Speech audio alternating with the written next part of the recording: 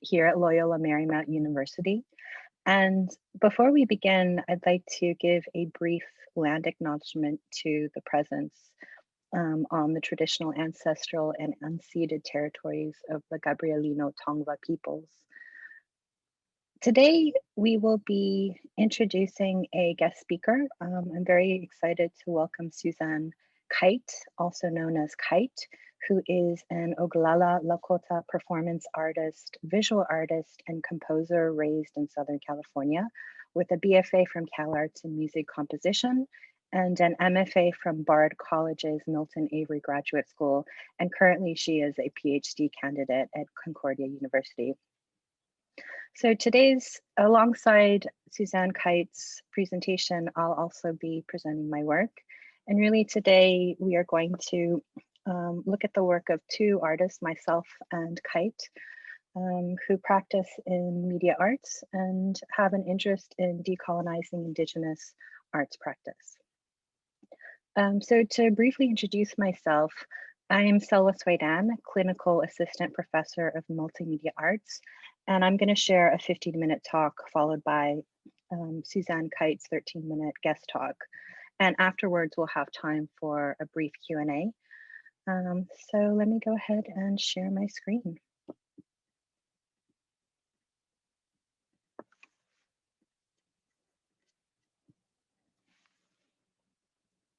Okay, so I hope everyone can see this. I'm in my second year here teaching at LMU in the Art and Art History department, and I'm really excited to give this brief lightning talk focusing on my computational media arts practice. I'm a computational media artist and researcher, and my work probes technological innovation through embodied and decolonial approaches. But I wanted to briefly also share a little bit about my background. I'm going to share something else.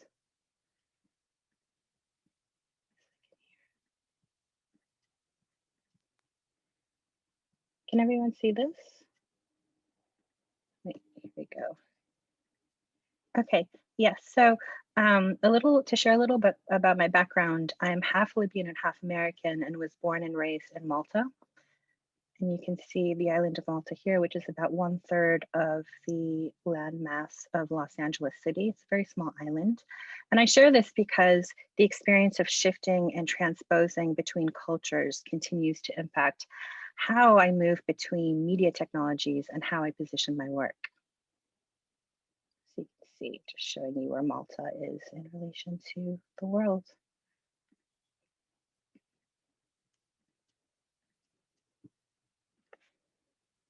So I thought I would give a quick overview of recent work to give you a sense of my research interest and types of media I'm working with, starting with speculative olfactory technology, a project called Quantum Wandering Search, where I was looking at simulated data choreographies, HBI, an acronym for Human Building Interaction, which is at the intersection of interaction design and architecture, AI research and prototyping, foresight research. This is client-facing work where I take my research practices for contracted work. And this was on a project contributing to eVTOL research, electrical vehicle takeoff and landing devices. And this is a project called Human Machine Choreographies. And finally, the most recent work I've been focused on is calling Decolonizing AR, which is a pilot laboratory, open syllabus, and a prototype. So I can sort of wander through these three, but I thought I would show a bit of my trajectory moving from a practice where technology was very separate to my dance and film making practice. So I'll quickly share this project simultaneously 3, 5, and 9 created through an art residency at UC Irvine, locally here in California.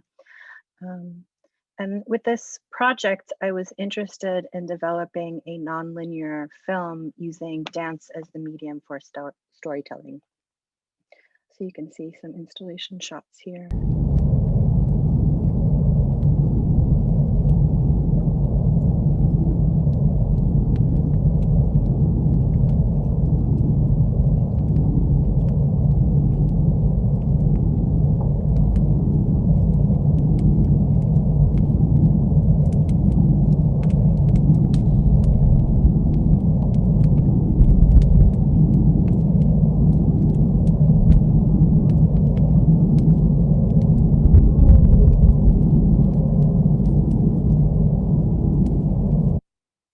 So this body of work was done with many collaborators. I had a dance and choreographic collaborator, Crystal Sepulveda, a scent collaborator for the installation, a sound collaborator, and also someone who collaborated with me on the production of an accordion book. And I mention this because collaboration has been a very important part of my practice and continues to be so. So moving on to work I did while a graduate student, this body of work really fuses my interest in embodied knowledge and using the body as a vehicle for prototyping and innovation. And this project won the Microsoft Design Expo competition in 2015 and was done with many dance participants and a collaborator, Jay Hong at Art Center College of Design. So this project really looks at the future of brain-computer interfaces through perspectives that range from neuroscience, dance, and physical computing. So here you see a few examples of work presented as part of this research.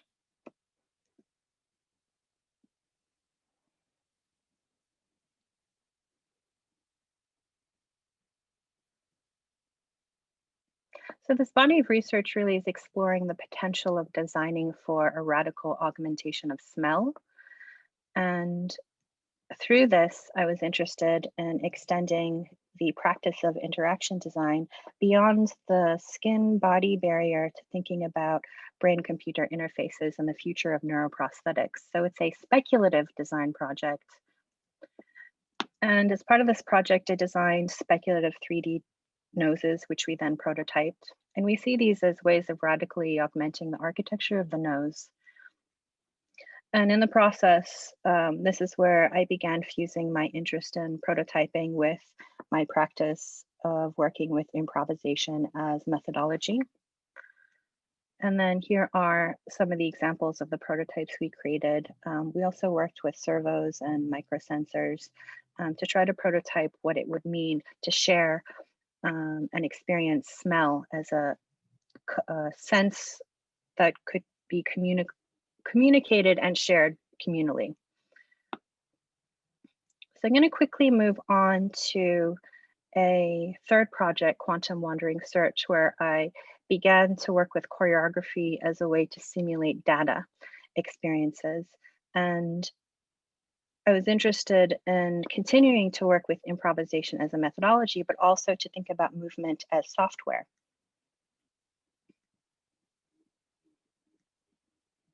So here you can see an installation shot of the work where on the one screen, I'm showing the simulated bodies, simulating choreographies of data. I created these after extensive interviews with quantum physicists at Caltech. And on the right, you see experiments recording a dancer working through concepts of search. And here's another installation shot.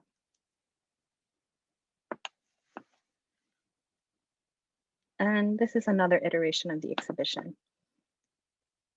And then finally, I wanted to share this project called Accumulative Collaboration, Intuiting Hand Choreographies, where I was interested in taking this practice of working with improvisation and embodied knowledge, but colliding that with machine learning. So essentially asking how we bring ideas of machine intelligence with embodied intelligence into conversation. So for this project, we created an experimental interface built on top of an open source machine learning tool, which was authored by Rebecca Fiebrink. And for this project, we installed this piece as part of a performance art series called Home LA, Home Los Angeles. And because of this, we were able to have 30 participants successively train a machine learning program to create these unique gestures that were located and rooted within the community. And again, talking about design methodology as also arts methodology, this idea of colliding and fusing both improvisational practices, research practices, prototyping practices into this system of ideating and prototyping with movement. So here you see examples of the hand improvisations becoming training data for the neural network. And in turn, the neural network, the AI, facilitates an accumulative choreography where one participant follows another, building off a previously improvised hand gesture. So in this project, we ask, in the context of AI, how do we contextualize physical bodies as an entity with its own rhetorical agency? And what is an idiosyncratic, truly grassroots community authored and held data set? So I was also going to share a bit of curatorial work, but I think I might just share one more thing briefly, which is, actually, I think I'm going to wrap up there and maybe just leave it to Q&A in case people have questions about this project or my curatorial work. So let me pause there. I haven't been watching the Q&A, so I'll go back to that later, but I want to switch over to warmly introducing our guest speaker, Suzanne Kite, also known as Kite. And Suzanne is an Oglála Lakota performance artist, visual artist, and composer raised in Southern California. And Kite's scholarship and practice investigates contemporary Lakota ontologies through research creation, computational media, and performance. Kite has been developing a body interface for a movement of performances, carbon fiber sculptures, immersive video and sound installations, as well as co-running an experimental electronic imprint, Unheard Records. And Kite has also published in several journals and magazines, and she is currently a 2020 Tulsa Artist Fellow and a 2020 Women at Sundance and Adobe Fellow. So we warmly welcome and thank Suzanne Kite, aka Kite, for joining us. Thank you for having me. So I'll say how matakiopi on Petuwashte. Good afternoon. Suzanne Kite Masha Pikashto, Oglála Hamacha, Oglála Chante Washtia, Nape Chiuzapo, my relatives, I shake your hand with a happy heart. So right now I'm living in Tulsa, Muskogee Creek Reservation, technically, and very happy to be here. So I'm gonna keep this relaxed. Normally I go down a deep theoretical rabbit hole, but please ask questions while I go, and I'll be watching the chat. So there are the slides. So I am an artist. First I was a violinist. Then I started doing composition because I was tired of playing other people's music. And then I became kind of an artist after doing an MFA, and I felt like I was given permit. Well, I kind of paid to get the permission to say I'm an artist with a capital A. I'm allowed to do whatever I want with whatever materials I want. Gave myself that permission, and then through that process, I started a PhD at Concordia University, and I have the privilege of getting to hone my theoretical and conceptual ideas on a much deeper level now. So it has really deepened my artistic practice and explodes my world open into absolutely new ideas. So I work a lot with sound and sculpture, software. I do some hardware design, and I currently teach music cultures, Native American music at CalArts, and last semester I taught Indigenous feminisms at McGill, and that type of reading has really deepened my practice.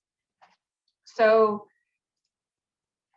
kind of at the very core of all the stuff that I do, I'm working through ideas of data and the flow of knowledge and how it's made, and how me making something moves knowledge around, makes new ideas.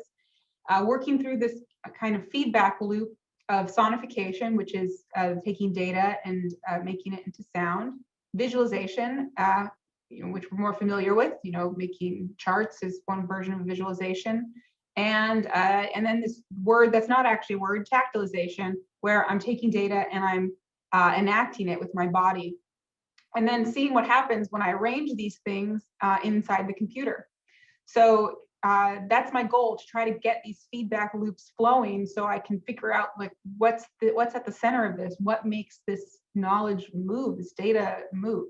So I often pull this back to ideas that come from my family. And originally I was not making work collaboratively with my family, but I've discovered kind of retroactively my practice that I was always finding these things that I didn't think were there. I discover something new about myself or about my idea and how it's an old idea, an idea that, you know, my non-technologically, you know, advanced grandfather, he's like, oh, duh, of course that idea, of course the body is involved in knowledge making, of course. And so he talks about making a new song, and I'm like, where does the song come from? And he's like, it's here, it comes from the throat. My understanding of learning songs and being a composer and making music is very similar. It's a listening while hearing, while creating, while knowing, while channeling. It has this, you know, where does knowledge come from? And in the end, does it come from within me or does it come from without? So the very beginning of my practice, I was just playing violin and I was able to feel this kind of this sonification of the notes. And I was able to, you know, if you're a performer, you can feel that special moment on stage where suddenly your brain is flipped into like the atmosphere, and you know it's not just you making that artwork.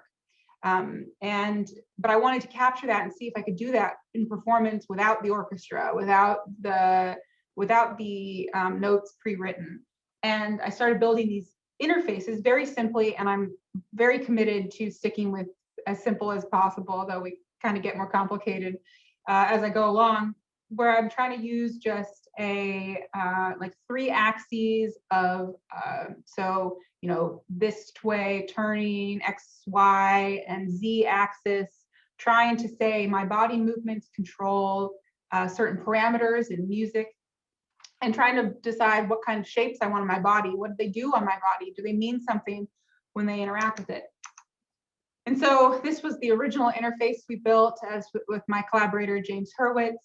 This open source, and we were trying to explore if I could, in the simplest of tools, deconstruct the one-to-one action. Say, just because I move forward, does it go like wah? I'm like, no, that's boring. Maybe it's interesting for a little bit, but you know, can I make things so I'm chasing the sound around the room with my body?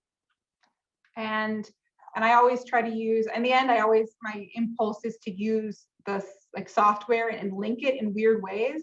So I'm always using Ableton, and I started using VR software, not VR, VJing software like Resolume, and linking it together in ways that are kind of broken. And now I've got really cool tools like Chatain, which is like currently my favorite thing, because you can link all sorts of data feeds and OSC. And so the first piece I did with this is called People You Must Look at Me.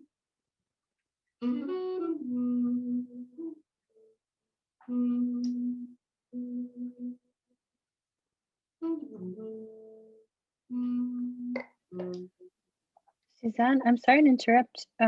We can't see your shared screen. I never shared. That would be the reason. Thank you. Let me go back and just show. I showed this. This is the circle of interaction. These are some of the first interfaces I built with carbon fiber, and actually that one was a bucket spray painted. And this was the first interface, which was open source material and open source software, just X, Y, and Z axis, and 2 force sensitive resistors. All right, so here's the video of People You Must Look at Me.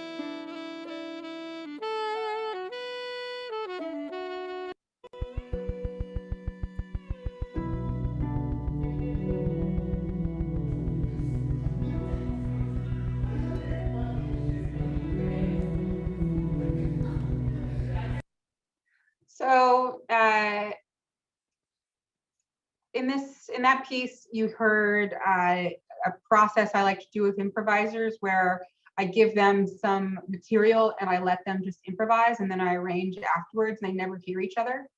And I find this to be really productive because I really trust my improvisers to give their all, and I don't need, as a composer, to have the control over every single note they make. And more magic happens in arrangement that way. And so in there, you can see my body is controlling some of the sounds, and I also made some pieces for people to put on themselves and wear and see how it changes the visualization of the data on the wall. So I've continued on this path of making work with wearables, and I currently, one of my favorite instruments to use is a hair braid interface. And with this hair braid interface, I sometimes attach the computer or the sensor to the end of the hair, or maybe mid hair. And I'm always wrestling with myself, or do I let the hair lead me, or am I always putting the center of my body and my movement in my core, or can I extend it outside of my body? And this comes from a lot of thinking around Lakota extrasensory perception. So I asked myself in a 7th-generation character design workshop from my lab, Initiative for Indigenous Futures. And I asked myself in this workshop, if I had a listening device, what would it be? What is a logical listening device 7 generations from now? And as thinking through Lakota knowledge making, it's obvious the hair had to be the listening device, because we consider that an extension of our body, something to be protected and cared for, and it carries power. It has transformative power, even in its inanimacy. So yeah, I was very interested in that, and that's how I came up with this thing. And this is a recent piece called "Her Hair Was Heavy," where I'm in the control of the hair is controlling some really brutal noise sounds and some GPT-2, so some AI machine learning generated text, and kind of chopping it and screwing it and making it more and less difficult to hear. So one piece that I like to talk about is Listener, and this piece is a way that I've worked through kind of this arrangement problem of, am I controlling the computer? Is computer controlling me? And this was kind of right before I went full throttle into AI research and AI ethics. And in this, I was trying to say okay, so let's say I really dislike the idea of circular time. I've used chiastic time, and people, you must look at me, because as a composer, I'm trying to arrange things and make systems and make compose ways of listening.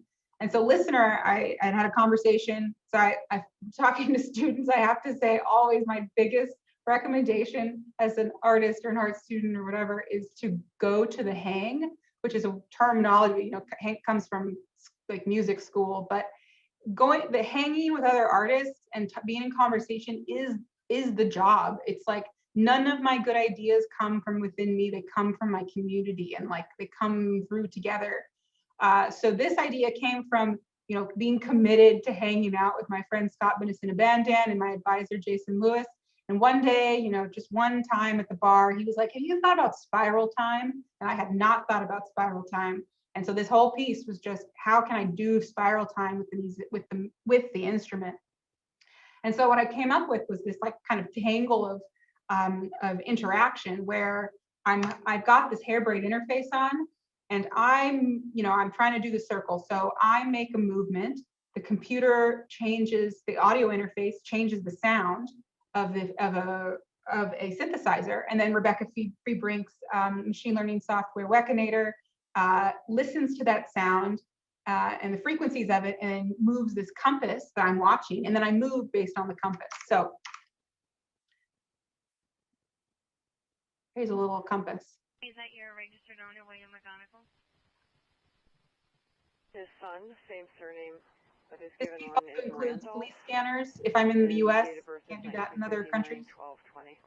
In Canada, you can do it. I'm going to skip forward to the synthesizer part.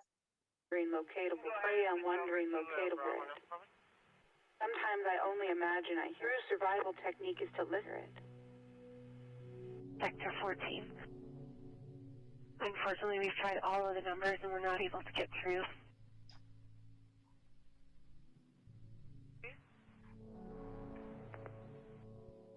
At 29 Dolan Drive, 29 Dolan Drive near Greenbank, Strandhurst. 53-year-old male, possible CVA, left side.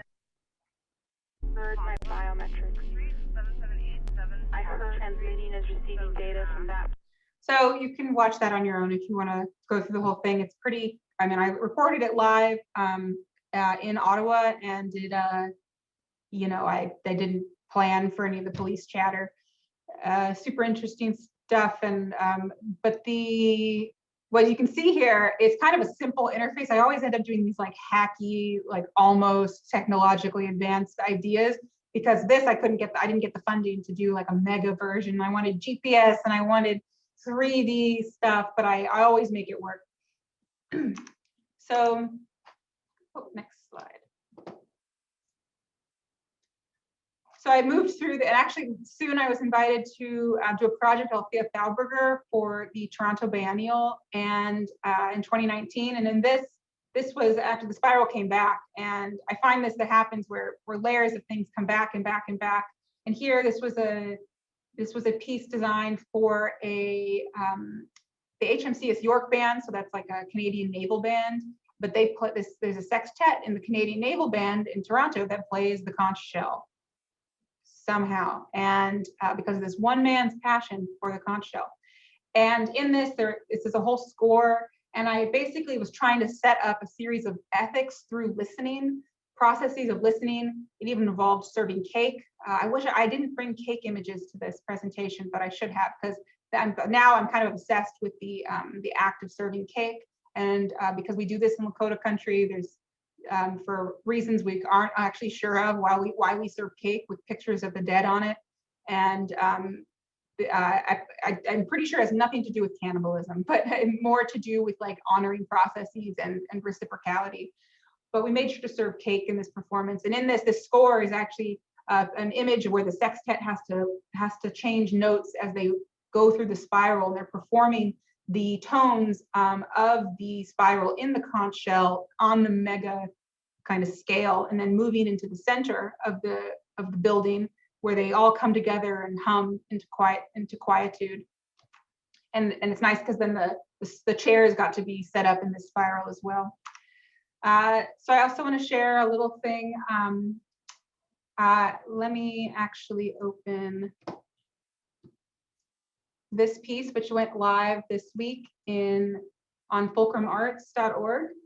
And it's a piece I wrote called 3 Diffractions of LA. I wrote it like last week. And in it, I'm trying to wrangle some new work and trying to understand my relationship to Los Angeles. That'd be good because it's LMU, you know. So in it, I'm trying to understand, this is a good example of bringing together like conversations with other artists, deep hangs, and theory that I'm trying to work through, like work it through while making the work. And even though I don't know what I'm doing at the time, I can reflect soon and then later and later and later. So here I'm trying to understand, you know, work. I was working with a group called LA Birdwatchers, and we were trying to document the aggressive LAPD and LA Sheriff's helicopter in the way they were moving against the crowds during the George Floyd protests, in the effort to try to present it as evidence that they're breaking FAA laws and harassing communities of color, which is already well documented, but no one's done anything about it.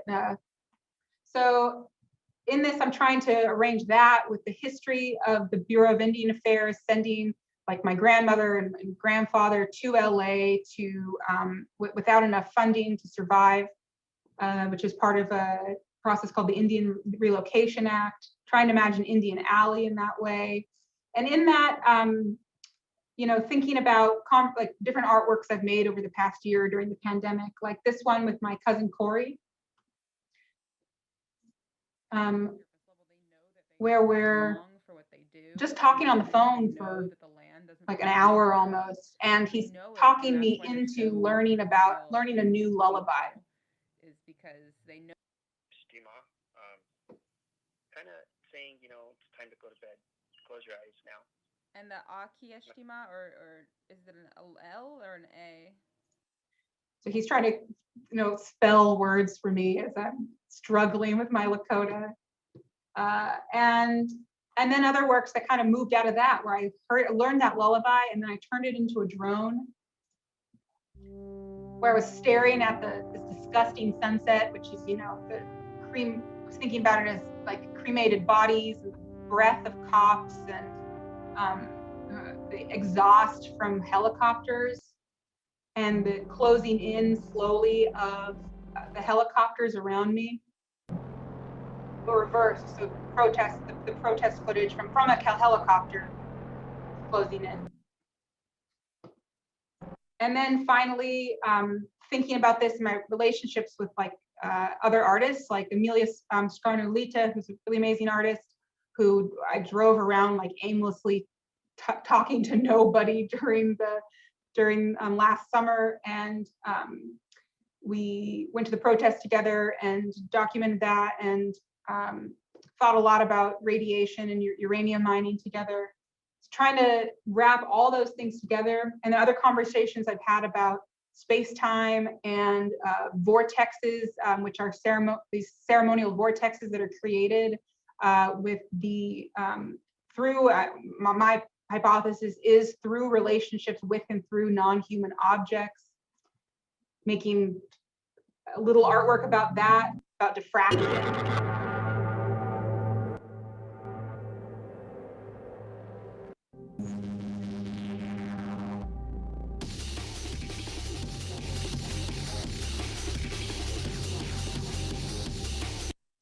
I use a lot of rave stuff in my work, to my old rave days.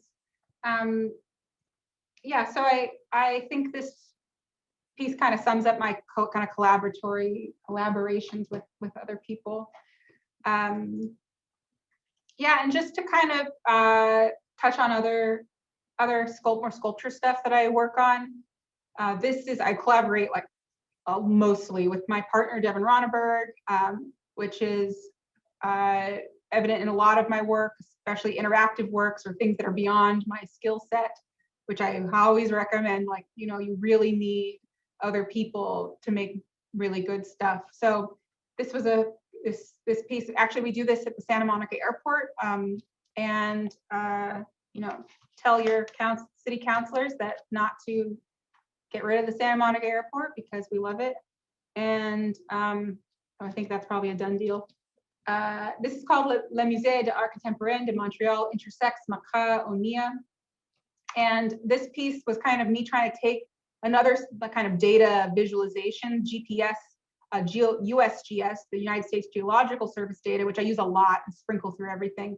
And imagine that as like a form, and then imagine the gallery just like literally intersecting with it like 3D data.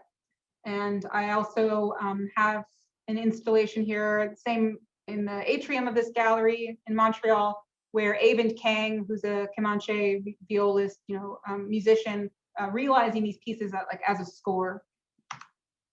So similarly, these are, this is Wachachpia, a clear night with a star-filled sky, or a starlit night, and Tromi, Blue Woman, which are different scores. I'm trying to work out how they're performable, how they're touchable, through this women's Lakota geometry, which you saw in Listener in that little clip. But you know, trying to pile all these things together and iterate them. And similarly with this, you know, a lot of this material, this machine is called I forgot the name of the machine, but we have one in Montreal at my school, and you're able to lay conductive thread. So these could be hooked up to electronics so you can control things. But I kind of like them how they don't control anything right now. They just have the potential to control things.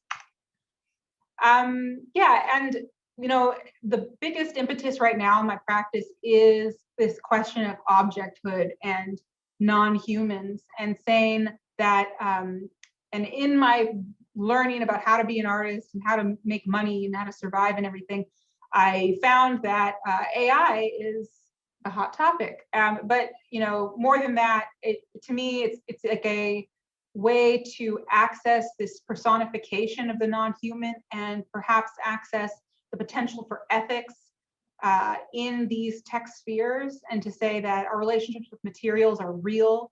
And I do desire to have good relationships with my materials as an artist, but as a human in general. And those are possible when we look at other forms of ethics, like traditional indigenous ethics. And they're not woo-woo, they're real, they're very real. And I often think about this Deloria quote. I think this is in God is Red, great book, where he writes, respect involves two attitudes. One attitude is the acceptance of self-discipline by humans and their communities to act responsibly towards other forms of life. The other attitude is to seek to establish communications and covenants with other forms of life on a mutually agreeable basis. So this is possible through Lakota protocols and frameworks. And out of this research has come artwork, lots of artworks. This one's a collaboration with Devin Ronberg as well, called Iantie. And this is a view from the floor to the ceiling. And here we're trying to identify what power is. I like to do projects with electronics and say, like, what are we listening to when we hear electronic sound? Or sometimes it's good to listen to noise and just say, what am I hearing? Am I hearing what power? Like the power of the ability to translate sound into phenomena and perception, or am I hearing the literal resource that this sound is coming from, the water that's coming through the dam? Am I hearing the burning of coal? Am I hearing nuclear power? Like, what am I hearing? And then what is that whole completely networked to? So here's a picture from the floor. It's my partner, and this piece is a bunch of hair braids, fake hair, not real hair. And it's interactive, changes sound and light, it's got custom circuitry. And this comes from a vision my grandfather had, and where he cries for a vision. He looks out over a hill and in broad daylight sees a man, a woman, and a horse with endless flowing hair and an infinity of stars. And he suggests I make art about that. So I did, we made art about that. We did a little online version. I'll clarify, Devin made this online version, and I gave my opinions while he made this online version. And this will go online soon for the University of Pittsburgh. And it's like a game.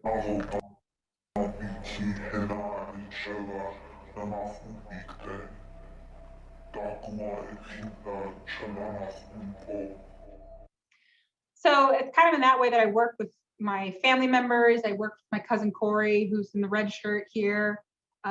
For this piece, I publish with Corey.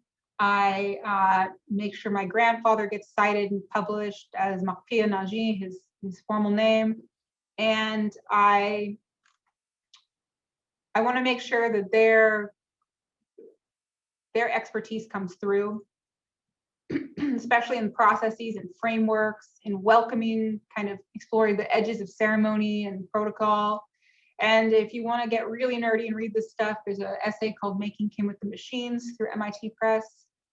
And then even nerdier, we've got the many hundreds of pages position paper on Indigenous protocol and artificial intelligence, where I co-wrote with my cousin and my aunt how to build anything ethically.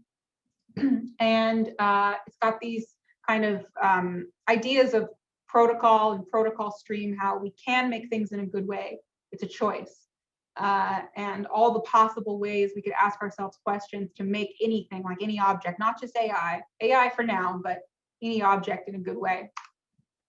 Oh, I always do this. I put these slides in that auto move. So I do workshops too, and I've been working with Alicia B. Wormsley, who's an amazing artist who makes these, maybe you've seen them, they're billboards that say there are Black people in the future. And we've been doing these Black and Indigenous dreaming workshops together, and we had the amazing privilege of getting to do a workshop with Trisha Hersey from the NAP ministry, where we gathered people together. We made sure they were fed, that they had dream tea, and then we took a nap together and tried to imagine the future together. Really beautiful experience. I think, let's see. Yeah, let me show you a new work that's up this week at the Elizabeth Foundation for the Arts in New York City. And this is with Devin Ronneberg and myself. And it's, so when the channel changes, that's the body. There's a LiDAR sensor, which knows proximity. It translates proximity into the changing of the channel. So as you walk towards a TV, the channel changes. So let's watch a little bit of this. In the United States, currently, the majority I can't click away. of uranium mining is conducted using in situ mining.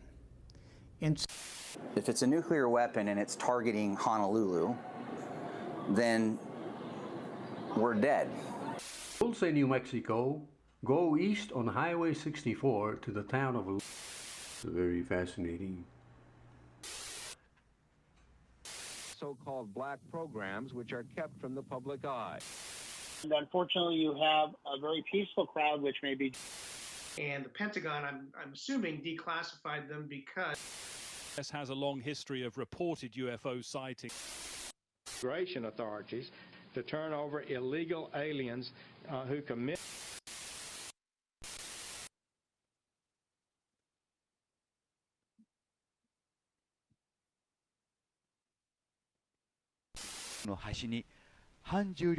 Visit the moon of Mars. There's a monolith there, a very unusual. You're concerned about the losing of your sight.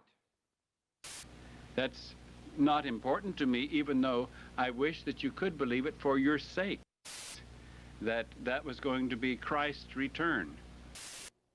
Now I am become death, the destroyer of worlds. I suppose we all thought that one way or another. Now, and I've always assumed that when things got ugly, they could push a button and doors would be sealed and everything would be fine. That obviously turns out not to be the case. It doesn't feel like we're through it yet, but we've got a lot to learn. If you know what's really going on there. So many people have.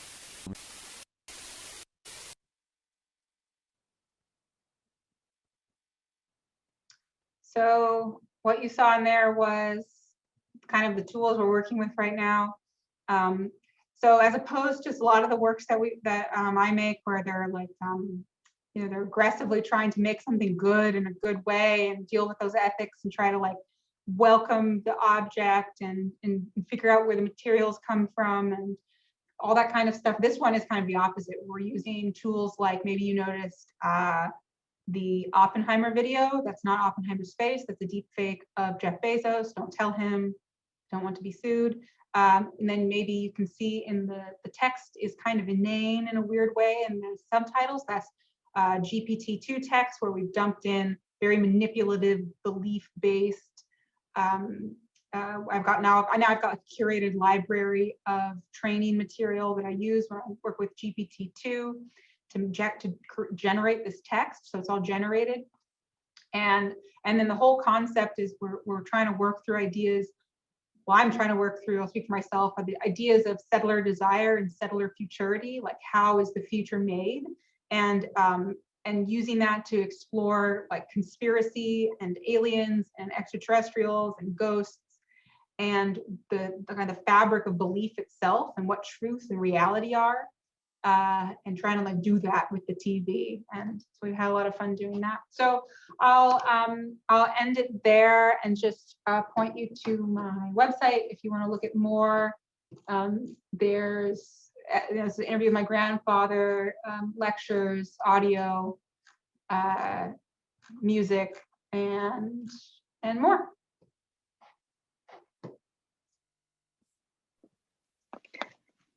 Thank you so much, Suzanne. That was really so wonderful to hear you talk about your work and the trajectory of your work.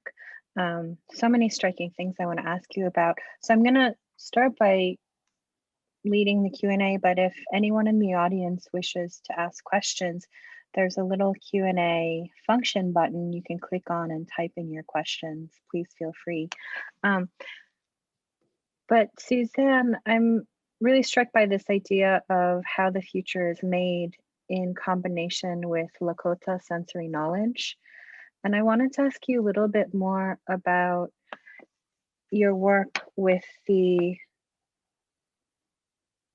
textile work and the idea of working with family as part of your practice of sharing and putting into conversation Lakota knowledge with embodied technical practice. Yeah, so the process, it's like part of my goal is to further this field of Indigenous methodologies. So like the way we make new knowledge together, like the actual, like how the step-by-step, how we're doing it. And in that, it became clear that I know nothing. I'm so like, I only know in relation to, you know, other people. So for example, with the textile stuff, those textiles weren't made with my family, but they were made in drawing from the work actually of the designer Sadie Redwing. And Sadie Redwing is a Dakota artist who has kind of done this, kind of put into words what is going on with these Lakota geometries, because they can be read like they're a semiotic language. And I'm very interested in the way that Lakota geometry can be read in this way. Because I heard through another art historian friend that there's a man who saw a Lakota war shirt and he was able to read it like it was a book. And then of course he was like, oh, I'll see you later. And then we can't find him again, you know? And also that, so one of the processes that I'm interested in doing during my PhD research is I want to make one of these, drawing from Sadie Redwing, I want to make like a story of my family, the Stover family, with this semiotic language. And in that process, I'll be talking with all my family members about what they think the story is, what symbols they go with what. Then we'll be making one of these designs together, hopefully making them onto scarves so they can be used during powwows. And then I really want to turn that into some sort of movement performance, probably with like some overhead drone video where we're moving the images and we're enacting those things like on our land together. So on our land nearby are stones. Yeah, it's really exciting, so exciting to hear, and I can't wait to follow how this unfolds. You talked about movement and moving with the land and going from the fabric work and the semiotic geometry to then moving with it. And it seems that sometimes the movement is the starting point or the central offering, and maybe in other cases it's the method or one of the many outputs you're sharing. So I'm curious to hear a little bit about if that's changed in your practice, if you always moved with your musical arts background, or if that sort of started at a certain point, and how that's going for you now.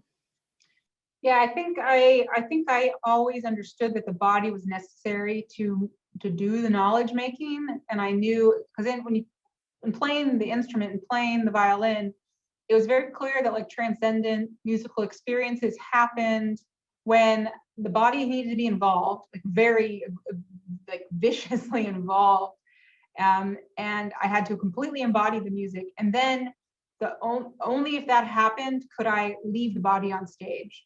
And so it's that, knowing that that is possible, that like kind of association, disassociation with the body, you know, now I have language to describe that. Like now I always think about this section of a book called Standing in the Light by,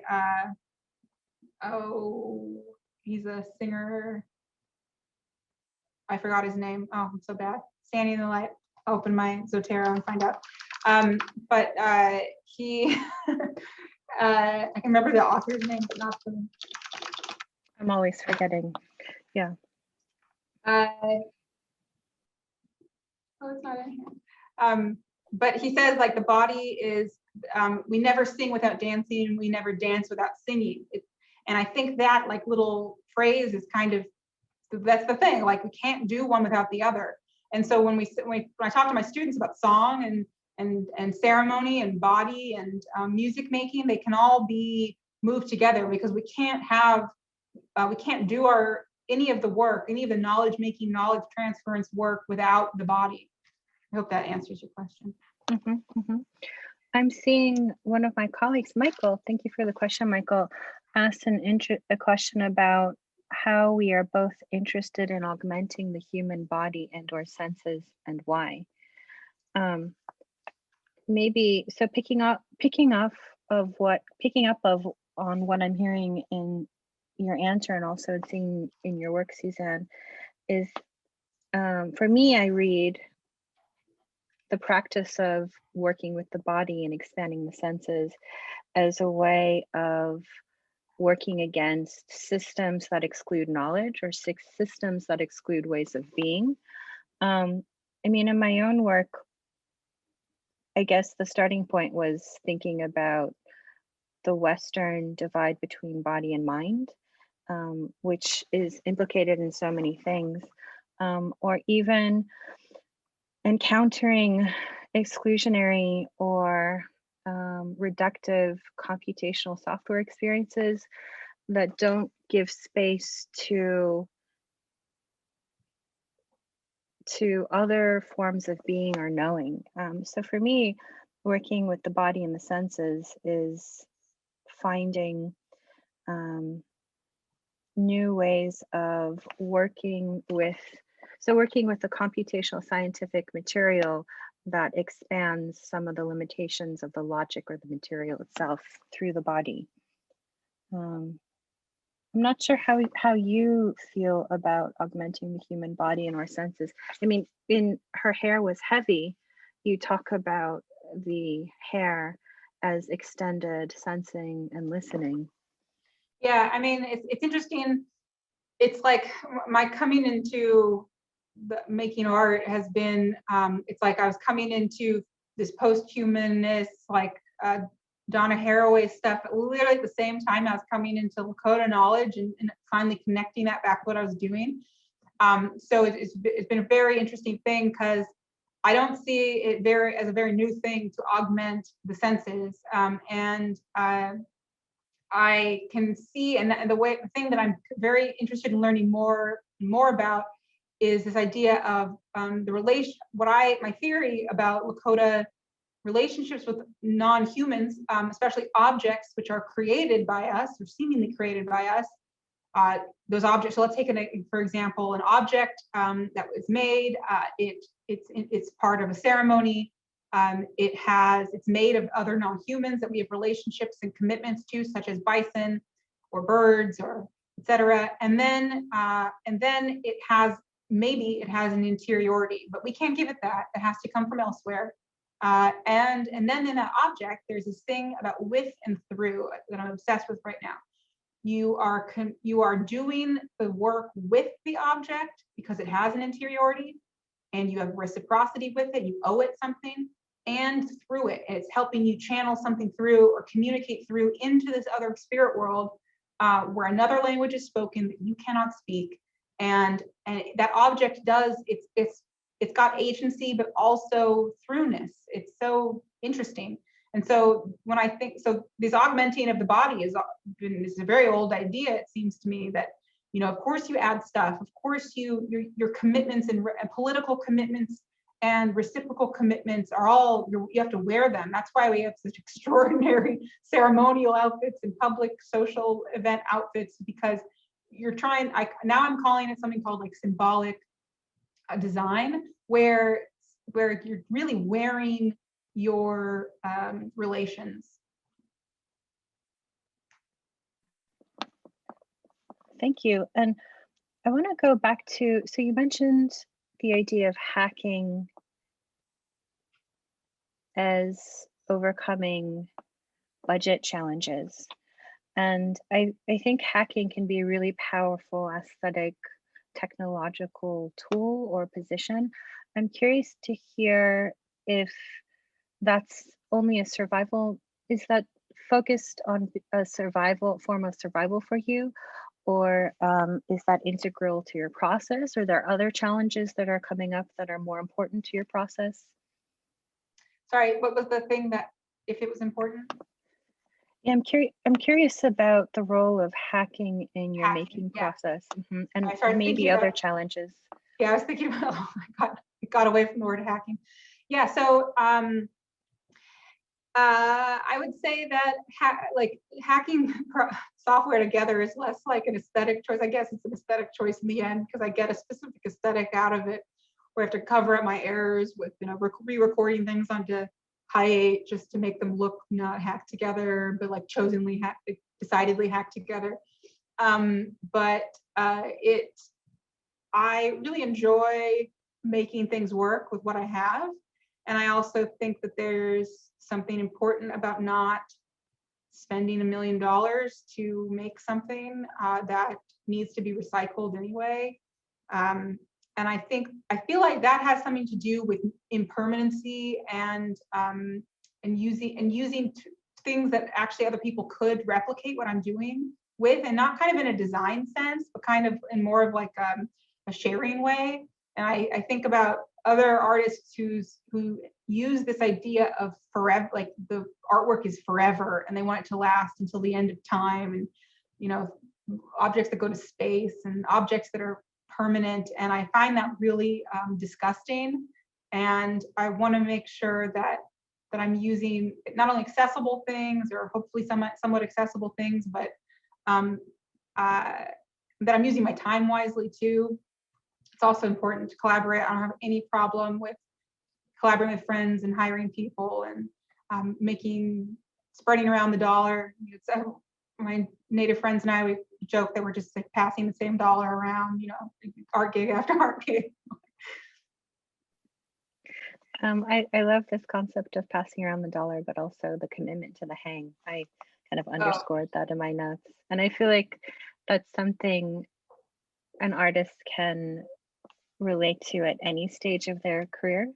But I appreciate you inviting us or calling us to remember commitments to the communities, and that the job of the artist really is to be in conversation with other artists. So on that note, I really want to thank you for being in conversation with me, with the Art and Art History Department of LMU and the greater LMU and external communities joining us today.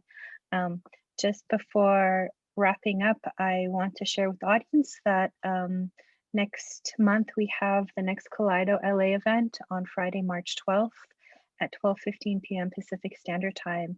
We've got 3 dynamic designers, Tashika Arsenault-Sutton, Aldrina Hicks-Corder, and Cameron Ewing. And I encourage you to join us if you're interested in design practices. So thank you again, Suzanne Kite, and we really appreciate you sharing your work and talking to us about your practice. Thanks for having me.